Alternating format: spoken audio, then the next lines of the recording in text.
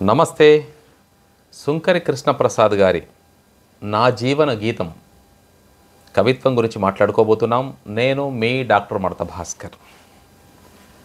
సుంకరి కృష్ణప్రసాద్ గారు ఈ వచన కవితా సంపుటిలో తానే ఒకచోట చెప్పుకున్నట్లు, విశ్వములో సుడులు తిరుగుతున్న నా మనస్సు అక్షరమై ప్రాణం పోసుకుంటుంది. అవును, నేను కవిని, నిజమే చెబుతున్నాను, నేను కవిని అని నేను కవిని అని ప్రకటిస్తున్నటువంటి కవి సుంకరి కృష్ణప్రసాద్ గారు. నేను కవిని అని సాధికారికంగా ప్రకటించాలి అంటే ఆ కవికి తన మీద తనకు అపారమైన విశ్వాసం ఉండాలి. తాను చెప్పేది కవిత్వమని, కవిత్వం మీద తాను పట్టు సాధించినట్లుగా ఉండాలి. సుంకరి కృష్ణప్రసాద్ గారికి ఈ సాధికారత చాలా ఉన్నది. 2 నాణీల సంపుటిలు వెలువరించారు. నా చిన్ని హృదయం, నా లోపలి తీరాలు. ఇది నా జీవన గీతం. మూడింటిలోనూ నా చిన్ని హృదయం అన్నాడు, నా లోపలి తీరాలు అన్నాడు, నా జీవన గీతం అన్నాడు. ఇది కవి యొక్క సంవేదన, కవి యొక్క అనుభూతి, కవి యొక్క అనుభవం, కవి లోపలి నుంచి పెళ్ళుబికేటువంటి కవిత్వం. అందుకే నా అంటూ మొదలెడుతున్నాడు. నాణీల సంపుటుల ద్వారా అద్భుతమైనటువంటి నాణీల ప్రపంచములో చక్కని పేరు తెచ్చుకున్నటువంటి సుంకరి కృష్ణప్రసాద్ గారు మొదటిసారిగా కవితా సంపుటిని వెలువరిస్తున్నాడు. ఈ కవితా సంపుటి గురించి మాట్లాడాలంటే ముందుగా ముఖ చిత్రం ఎంత అద్భుతంగా ఉందో చూడండి. చక్కని ముఖ చిత్రం, వెనక వైపు ప్రేమ కవిత రాసుకున్నాడు. ఇందులో 83 కవితలు ఉన్నాయి. కొన్ని చిన్నవి, కొన్ని కొంచెం పెద్దవి, కొన్ని మరికొంచెం పెద్దవి. ఈ వెనక వైపు అట్ట మీద ఉన్నటువంటి ప్రేమ కవితను ఒకసారి చూద్దాం. నన్ను గమనించేది నీవే, నన్ను అనుసరించేది నేనే, నన్ను గమనించేది నీవే, నిన్ను అనుసరించేది నేనే. రోజు ఆరంభమైతే చాలు మన స్నేహం నింగికి నేలకు అంతటా విస్తరిస్తూ ఉంటుంది. ఓ పచ్చని చెట్టులో నిత్యం మన అనుబంధం అందరికీ అనుభవంలోకి వస్తుంది. నీవు ప్రేమవు, నేను సత్యాన్ని, నేను ప్రేమను, నీవు సత్యానివి. సుంకరి ప్రసాద్ గారి కవిత్వం అంతా స్వచ్ఛత, ప్రేమ, భావుకత్వం, కవిత్వం నిండి ఉంటుంది. అందుకే నేను గతములో సుంకరి కృష్ణప్రసాద్ వారి గురించి మాట్లాడుతూ ఆయన ప్రేమ కవి అన్నాను. విశ్వ ప్రేమ కవి అని నాకు అనిపిస్తుంది. ఎందుకంటే కవిత్వమంతా ప్రేమ నిండి ఉంది, కవిత్వమంతా స్వచ్ఛత. ఇక్కడ కవి నా, నేను అని చెప్పిన ప్రతిసారి వ్యక్తిని, మనిషిని ప్రతీకగా తీసుకుంటున్నాడు. కవిత్వ ప్రయోజనం ఏమిటి? మనిషిని మనీషిగా చేసేటువంటి లక్షణం కవిత్వానికి ఉండాలి. ఆరుద్ర గారు అన్నట్లుగా కవిత్వం చదివినప్పుడు మనసు లోపలి నుంచి ఒక ప్రేరణ కలగాలి, మనస్సుకు జ్వరం రావాలి, ఆ జ్వరం నుంచి ఆలోచన పుట్టాలి, ఒక కొత్త మనిషి పుట్టాలి. పాత అభిప్రాయాలతో, పాత పద్ధతులతో, మూసధోరణిలో ఉన్న మనిషి నుంచి ఓ కవితా సంపుటి చదివినప్పుడు మరో కొత్త మనిషి తన లోపల ఉదయించాలి. అలా అనిపించినప్పుడు అది మంచి కవిత్వం. నేనైతే గత కొన్ని రోజులుగా సుంకరి కృష్ణప్రసాద్ గారు నన్ను ఆవహించినారా అనిపిస్తుంది. ఎందుకంటే చాలా అభిప్రాయాలు, వారివి నావి చాలా అభిప్రాయాలు కలిసినాయి. వారు 83 కవితలు ఇందులో రాస్తే, అంటే ఒక కవి మరో కవి, అంటే కవిలోకమంతా, కవికులమంతా ఒకే గూటి పక్షులు అన్నట్లుగా నాకేమనిపిస్తుందంటే చాలా కవితలలో వారు అన్ని పేర్లు ఉటంకించడానికి కొంచెం సమయాభావం అయినప్పటికీ కొన్ని ప్రస్తావిస్తాను. నా పెన్ను అని ఒక కవిత రాశారు.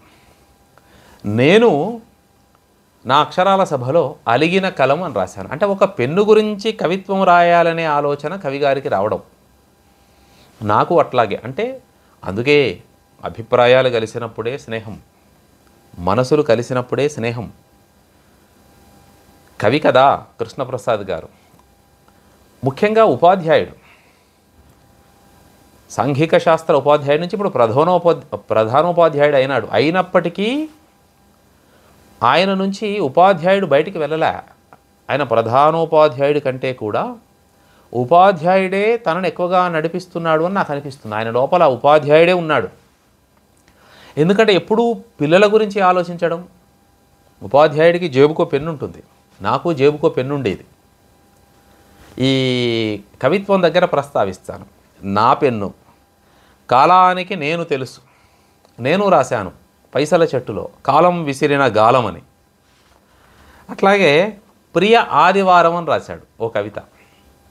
నేను ఓ దీర్ఘ కవిత రాశాను ఓ ఆదివారం రోజున. వారు నాన్న చెట్టు అని రాశారు, నేను పైసల చెట్టు అని రాశాను. నా బాల్యం తప్పిపోయింది అని రాశారు, నాన్న సైకిల్ జిందాబాద్ అని రాశారు. ప్రేమ కవిత రాశారు, ఇప్పుడు ఇంత ముందు చదివి వినిపించింది. నేను ప్రేమ కవిత రాశాను. అంటే సిమిలారిటీస్, అంటే అభిప్రాయాలు, ఈ ప్రపంచాన్ని చూసే దృష్టికోణం, సానుకూల దృక్పథం, సమరసతాభావం, సామాజిక సమానత్వం కవి కోరుకునేవి ఇవే. కవి లోపలి సంవేదనలన్నీ ఇవే. అందరూ బాగుండాలి అనుకుంటాడు కవి. దేవులపల్లి కృష్ణశాస్త్రి గారు ఇదే అనుభూతి చెందుతూ ఉంటాడు. తిలక్ గారు కూడా అనుభూతి చెందుతూ ఉంటాడు. అట్లా చాలా సందర్భాలలో నాకు వారు గుర్తుకొస్తుంటారు ఈ కవిత్వం చదువుతున్నప్పుడు.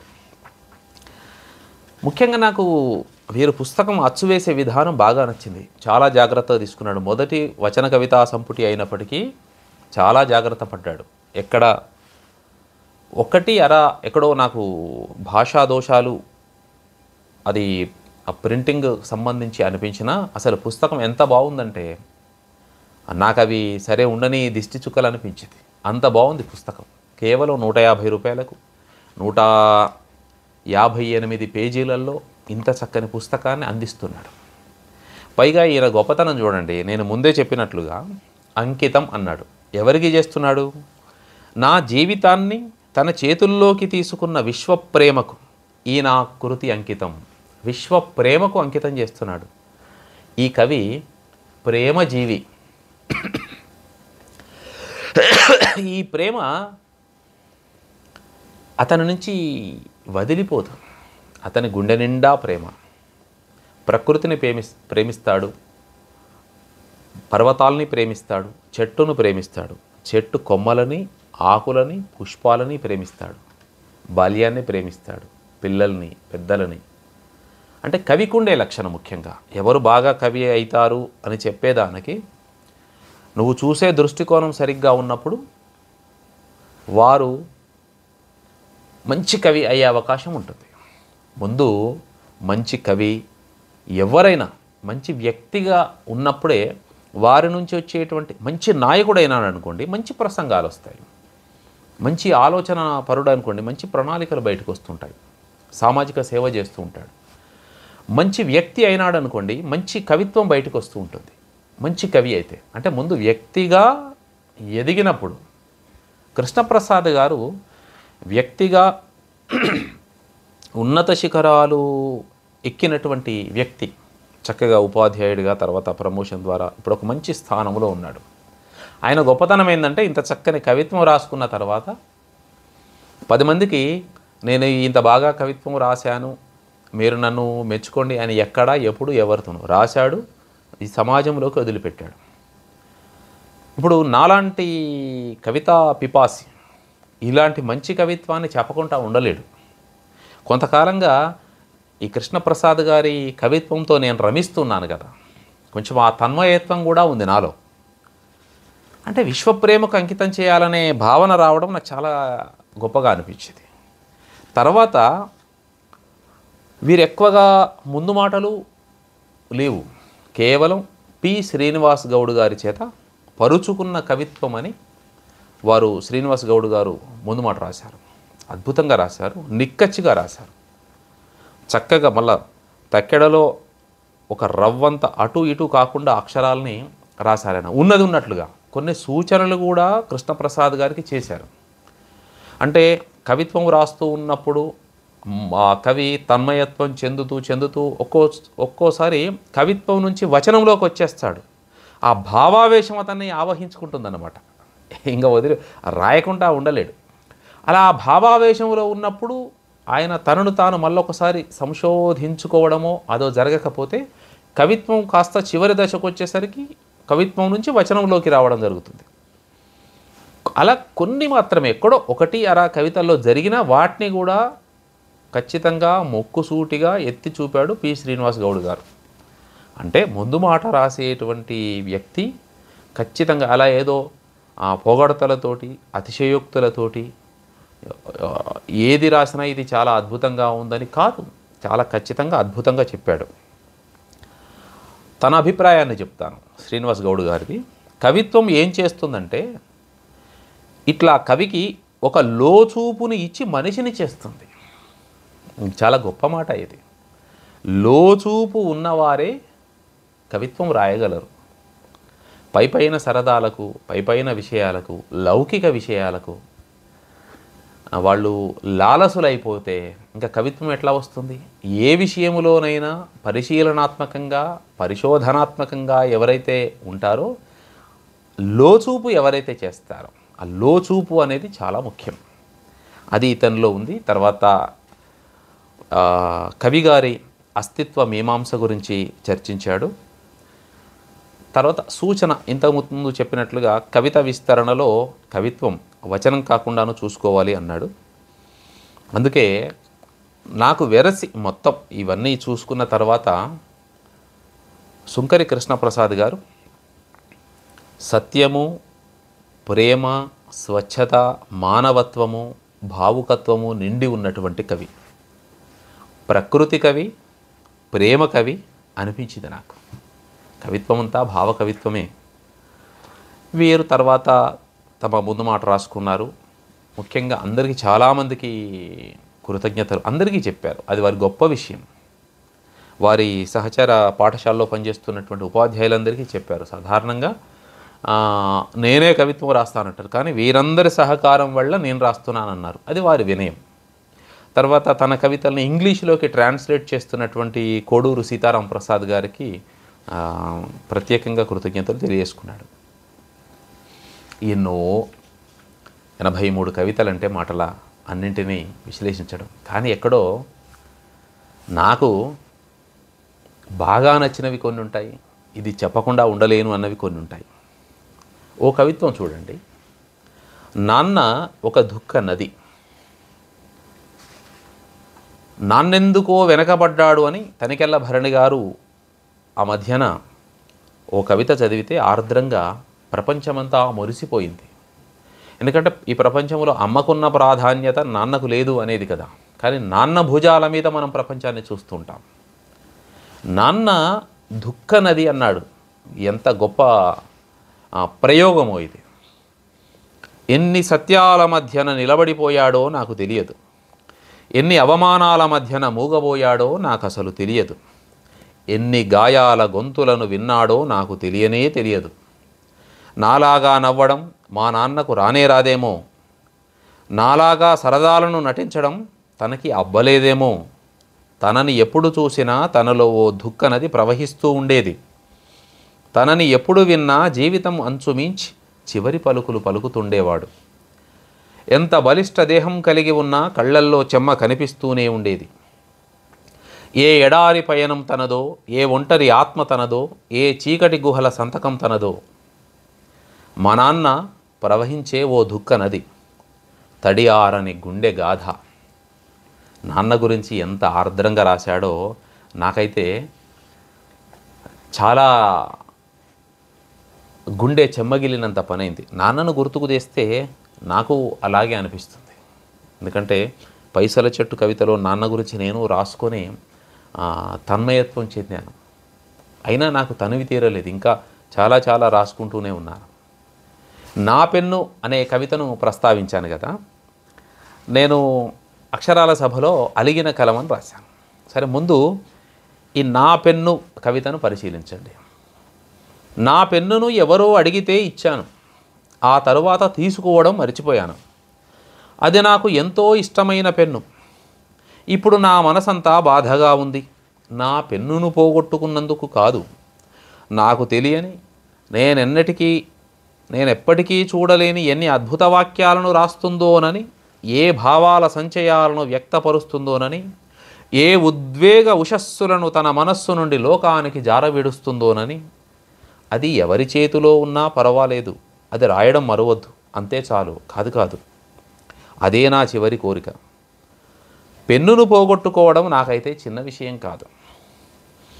ఒక ఉపాధ్యాయుడి జేబులో ఉండేది, ఎప్పుడూ చేతిలో ఉండేది పెన్ను. కవిగారి చేతిలో ఉండేది పెన్ను.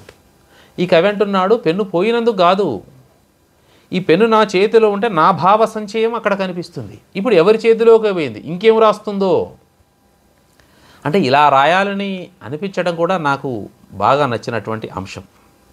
ఓసారి కరోనా కాలంలో నేను రాస్తున్న పెన్ను కదలలేదు. ఎందుకంటే 6 నెలలుగా ఆ పెన్ను ఎర్ర పెన్ను, ఆ రెడ్ పెన్ను కదల.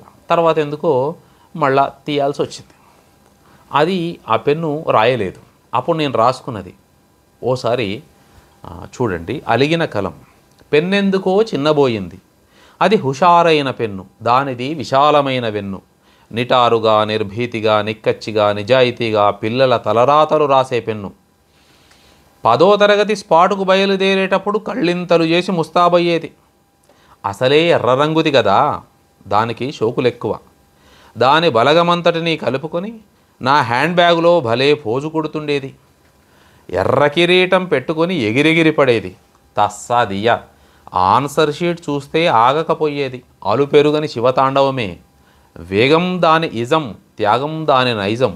దాని రక్తం ఇంకిపోయిన కొద్దీ రెచ్చిపోయేది. బార్డర్లో సైనికునికున్నంత బాధ్యత దానిది. తప్పును చూస్తే కసితీరా కొట్టేసేది. లక్ష్యం నెరవేరేదాకా సాగిపోవడమే దానికి తెలుసు. కంటి చూపును బట్టి కదిలిపోతుంది అది. కరెంటుకున్నంత పవరు దానిది. మార్కులు లెక్కించేటప్పుడు చూడాలే, దాని సంబరం మిత్తిరివిందేగిరినట్టే. ఎన్ని పేపర్లు ఎదురుగా ఉన్నా పెన్నుకొక కన్ను గీటితే చాలు అదే చూసుకునేది. బడి పిల్లల నోట్సుల్లో సంతకం పెట్టేటప్పుడు ఆ కాపీలల్ల కథాకలి ఆడేది. 6 నెలలుగా మూగబోయిన నా ఎర్ర పెన్ను నిన్న పలకరిద్దామని దగ్గరికి వెళ్తే కసురుకుంది, కన్నెర్ర చేసింది. ఎంత బతిమాలినా దాని మనసైతే కరగలే.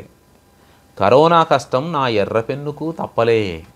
కరోనా కాలంలో వచ్చినటువంటి పెన్ను కష్టం ఎందుకో నాకు బాగా ఆత్మీయుడు అయిపోయినాడు ఈ కవిత ద్వారా సుంకరి కృష్ణప్రసాద్ గారు. ఎందుకంటే ఆలోచన విధానం అనేది ఒకలా ఉంది కదా, భలే చెప్పాడే అనిపించింది నాకు. అందుకే నాకు ఓసారి నా కవిత గుర్తుకొచ్చింది. తర్వాత అస్తిత్వం అనే కవిత రాశాడు, చాలా ముఖ్యమైనటువంటి కవిత. ఈ ప్రస్తుత సందర్భములో అస్తిత్వ నేపథ్యములో ప్రతి ఒక్కరి చర్చ జరుగుతున్నటువంటి కాలంలో రాసినటువంటి కవిత ఇది. చాలా అద్భుతమైనటువంటి కవిత. నా అస్తిత్వం అనేక ప్రళయాల మధ్య ఒక నిండైన జీవితం అన్నాడు ఆయన. నా అస్తిత్వం అనేక ప్రళయాల మధ్య ఒక నిండైన జీవితం అన్నాడు. అట్లాగే కాలానికి నేను తెలుసు కవితలో కాలం గురించి చెప్పాడు. నేను చెప్పాను కదా, కాలం విసిరిన గాలం అని. ఆమె ఎవరో అని ఓ కవిత రాశాడు. ఇది ఒక ఉపాధ్యాయుడు మధ్యాహ్న భోజనం పెడుతున్నటువంటి సందర్భంలో ఎవరో ఒక ఆవిడ, ఓ బిచ్చగత్తెనో ముసలావిడనో బిచ్చం కోసం వచ్చేది. అయితే ఎండాకాలం సెలవులు వచ్చినాయి. తర్వాత ఆమె కనిపించలేదు. ఈ అన్నం లేక ఆమె కూడా చచ్చిపోయింది అనే భావనతో రాశాడు. చాలా గుండె తడిని చేసేటువంటి కవిత ఇది. తర్వాత నా నేస్తం కుక్క అని రాశాడు. ఇది ఒక వ్యంగ్యాత్మకమైనటువంటి కవిత, సర్కాస్టిక్గా ఉంటుంది ఇది. కుక్క వెంటబడింది, కవిగారు వెళ్తున్నారా ఇంకొకరు వెళ్తున్నారా, ఇది ఆత్మాశ్రయ కవితలా రాశారు. నేను వెళ్తుంటే ఇట్లా కుక్క వెంటబడింది, అయితే ఆ కుక్క నన్ను కరవడానికి వస్తే పక్కనున్న మనిషి ఆపలేదు. మళ్ళీ ఆ కుక్కే నేను మనిషినని అర్థం చేసుకొని తను పక్కకు పోయింది అంటాడు. అసలే ఈ కాలం ఎలాంటిది, ఘోరం జరుగుతూ ఉంటే సెల్ఫీలు తీసుకునే మనుషులు ఉన్న సమాజం ఇది. ఇందులో మనుషులెవరో మనీషులెవరో ఎవరికి తెలుసు? పక్కన ఘోరం జరుగుతుంటే వీళ్ళకి సెల్ఫీ కావాల్సి వస్తుంది. అట్లాగే ఎండు గడ్డిపోచ అంటే గడ్డి పరక గురించి రాసినటువంటి ఇది ఒక సందేశాత్మకమైన కవిత.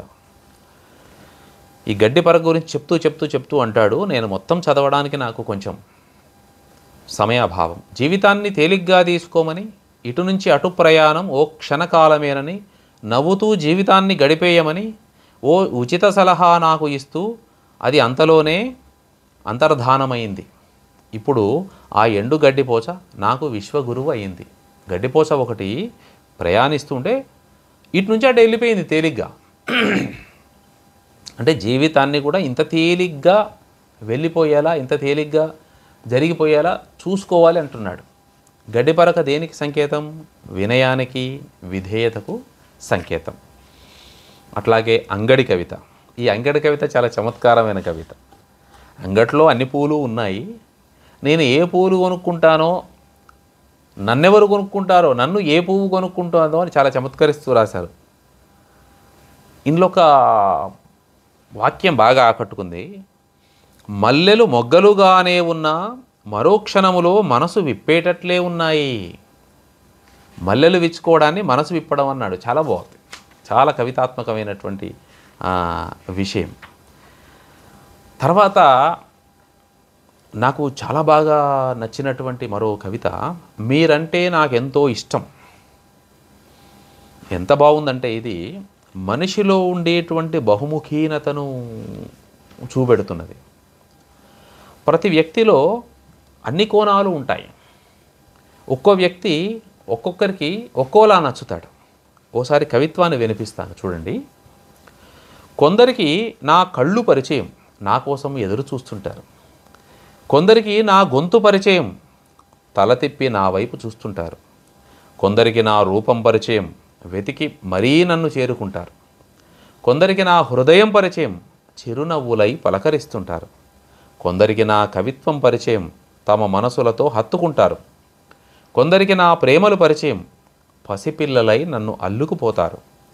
కొందరికి నా పాఠాలు ఇష్టం, తరగతి గదిలోకి గుంజుకుపోతారు. కొందరికి నేను ఆడే ఆటలంటే ఇష్టం, నాకు చెప్పకుండానే తమ జట్టులో నన్ను కలిపేసుకుంటారు. కొందరికి నా ప్రసంగాలు ఇష్టం, నా సందేశాలను మౌనంగా ఆలకిస్తారు. కొందరికి నా చేతి వంటలంటే ఇష్టం, వాటికై ప్రేమగా ఎదురు చూస్తుంటారు. కొందరికి నాలోని ఉపాధ్యాయుడు ఇష్టం, కొందరికి నాలోని తాత్వికుడు ఇష్టం, కొందరికి నాలోని మనిషి ఇష్టం.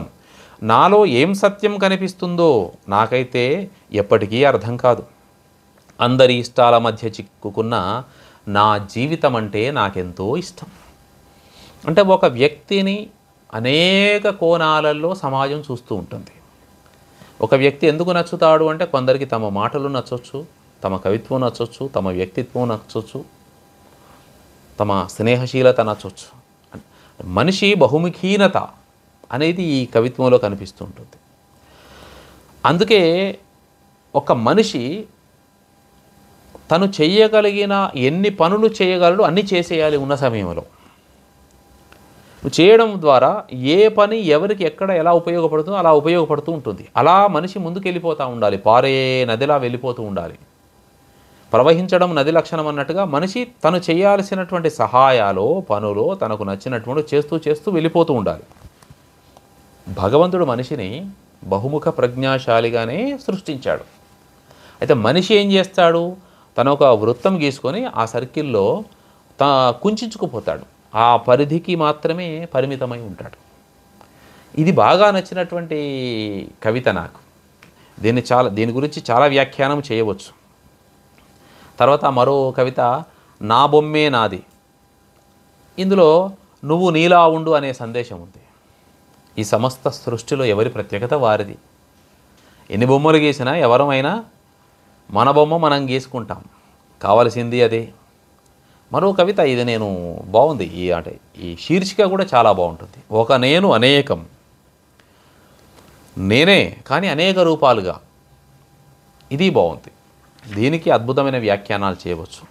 నాకు అనిపిస్తూ ఉంటుంది ప్రతి కవిత కృష్ణప్రసాద్ గారిది చాలా చాలా బాగుంది. జీవితం నిర్వచనం గురించి చెప్పినటువంటి మరో కవిత జీవితం. నేనింతకాలం మరణిస్తూ జీవించాను, ఋతువు మారినట్లుంది, ఇప్పుడు జీవిస్తూ మరణిస్తున్నాను. పగలు కంటే రాత్రే అద్భుతం, పోయిన కాలం సంగతులను రాత్రి విడమరిచి చెబుతుంది. నేనెప్పుడు జీవిస్తున్నాను, అందుకే ఆకాశం నిండా నాకు నక్షత్రాలు కనిపిస్తున్నాయి. రాత్రి అయిందంటే అదొక అద్భుతం. కానీ చాలామందికి రాత్రిని నిరాశతో దుఃఖంతో పోల్చుతారు. కానీ కవి ఏమంటున్నాడు, ఈ రాత్రి నాకు అద్భుతంగా ఉంది, ఇందులో నాకు నక్షత్రాలు కనిపిస్తున్నాయని. నాకు కృష్ణప్రసాద్ గారిలో ఒక వ్యక్తిత్వ వికాస నిపుణుడు కనిపిస్తాడు. నిజానికి ఈ కవిత్వం చదివినప్పుడు జీవితాన్ని అంచనా వేసుకోవడం ఎలాగో చక్కని తూకంతో చెబుతున్నాడు ఆయన. తర్వాత ఒక శీర్షిక ఉంటుంది, ఒక మరణం అని రాశాడు. ఇది చూసినప్పుడు నాకు దేవులపల్లి కృష్ణశాస్త్రి గారి సంవేదనలు, తిలక్ గారి అనుభూతి కవిత్వం ఇవన్నీ గుర్తుకొస్తూ ఉంటాయి. ఇప్పుడు ఆకులో ఆకునై, పువ్వులో పువ్వునై ఈ ఎడవి దాగిపోనా అంటాడు కృష్ణశాస్త్రి. అంటే తన దుఃఖాన్ని, ప్రపంచపు దుఃఖాన్ని తన దుఃఖంగా మలుచుకున్నాడు కదా. తన దుఃఖాన్ని ప్రపంచపు దుఃఖంగా మలిచాడు. ప్రపంచపు దుఃఖాన్ని తన దుఃఖంగా మలుచుకున్నది శ్రీశ్రీ. తన దుఃఖాన్ని ప్రపంచపు దుఃఖంగా మలిచింది కృష్ణశాస్త్రి గారు. తర్వాత నాకు నేను చాలు అనే ఓ కవిత, ఇది చాలా బాగుంది. నాకు నేను చాలు, నాకు ఎవరు స్నేహితులు అవసరం లేదు, నా లోపలి మనిషి నేను ఇద్దరమే స్నేహితులం. అప్పుడప్పుడు బాగా నా లోపలి మనిషిని నేను ఎదురుగా కూర్చోబెట్టి అతను నేను మాట్లాడుకుంటాను. ఎందుకంటే అచ్చం నాలా ఉండేవాళ్ళు ఎవరు ఈ ప్రపంచంలో నాకు కల్పించలేదు. ఇది చాలా బాగుంది. అంటే తన లోపల నుంచి ఒక అతను బయటకు వచ్చేసి ఈ ఉండడం. అసలు ప్రతి మనిషికి కూడా కావాల్సింది అదే. తనతో తన స్నేహము కన్నా ఈ ప్రపంచంలో గొప్ప స్నేహితులు ఇంకెవరు ఉంటారు? తన గురించి తాను మాత్రమే బాగా మాట్లాడగలడు. కవికి ఆ లోపలి మనిషితో చర్చ చేయడం అనేటువంటి ఈ ఎక్స్ప్రెషన్ చాలా బాగా అనిపించింది. చాలా చాలా అద్భుతమైనటువంటి కవితలు ఉన్నాయి. కానీ బాల్య స్మృతుల గురించి చెబుతాడు. స్వచ్ఛమైన మనిషి, స్వచ్ఛమైన బాల్యం గురించి మాట్లాడతాడు. జీవితమా నీకు సలాం అంటాడు. ఒక వ్యక్తిత్వ వికాస నిపుణుడే కాదు, ఒక విరాగి, ఒక సాధువు, ఒక తత్వవేత్త, జీవితాన్ని నిజానికి లోతుగా అర్థం చేసుకున్న వాళ్ళే ఇంత గంభీరమైనటువంటి కవిత రాయగలుగుతారు. జీవితం అంటే ఏ ప్రేమ, స్వచ్ఛత అని ప్రకటించేటువంటి కవిత్వం అది. జీవితమా నీకు సలాం. జీవితం చుట్టే, అంటే కవిత్వం యొక్క ప్రయోజనమే అది. జీవితాన్ని ప్రబోధించాలి, జీవితం యొక్క నిర్వచనం చెప్పాలి. తర్వాత చిన్న చిన్న కలలు, నాకు చిన్న చిన్న కలలే చాలు, నాకు పెద్ద కోరికలు అవసరం లేదు అంటాడు. చిన్న చిన్న కోరికలతో నా జీవితాన్ని పరిపూర్ణం చేసుకుంటాను అంటాడు. ఇంకా ఇంతకన్నా ఏం కావాలి? ఇదొక అద్భుతమైనటువంటి కవిత. తర్వాత ఆదివారం గురించి చెప్పాను. ఓ ప్రియ ఆదివారం తను రాశాడు. ఓ ఆదివారం రోజున అని నేను చెప్పాను. చీకటి పద్యాలు రాశాడు. చాలా చాలా అద్భుతమైనటువంటి కవితలు. దేనికదే. నాకేమిటంటే తపన, ఒకటి సీడ్ బాల్, ఇది ప్రస్తావించాలి. సీడ్ బాల్ అంటే ఈ హరితవనాలను పెంచడం కోసం అందులో విత్తనాలను పెట్టి మట్టి ముద్దలు చేసి చల్లడం, అడవులలో చల్లడం. కవి అంటున్నాడు, నేను నా అక్షరాలని సీడ్ బాల్ మాదిరిగా ఈ ప్రపంచం మీద చల్లుతాను అంటున్నాడు.